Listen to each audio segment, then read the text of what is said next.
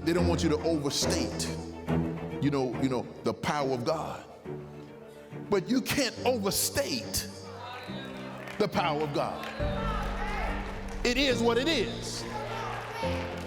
You can't, you say, well, how do you know it's going to be achieved in everybody's life? I can't say everything's going to be achieved in everybody's life. And nobody gets everything they want.